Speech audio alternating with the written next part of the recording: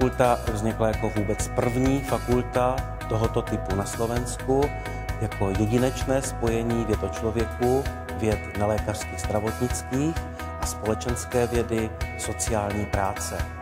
Ty nelékařské zdravotnické vědy jsou laboratorní vyšetřovací metody ve zdravotnictví, dále je to ošetřovatelství a je to veřejné zdravotnictví.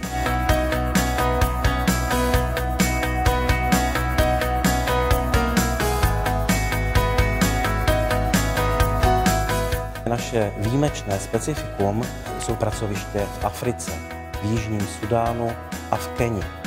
Jsou to pracoviště, kde provádíme nejen vědecký výzkum a kde naši pracovníci získávají odbornou erudici, ale je to ve shodě i s naším posláním, vysoce humanitární a charitativní činnost.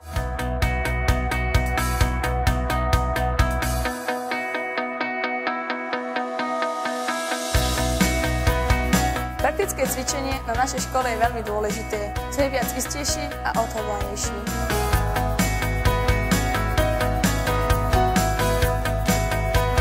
Vzhledem k zaměření naší fakulty, jsou to tedy ty zdravotnické, nelékařské obory a sociální práce, jsou naši absolventi dobře uplatnitelní na trhu práce a žádání již dnes a nepochybuji o tom, že tomu tak bude i v budoucnu.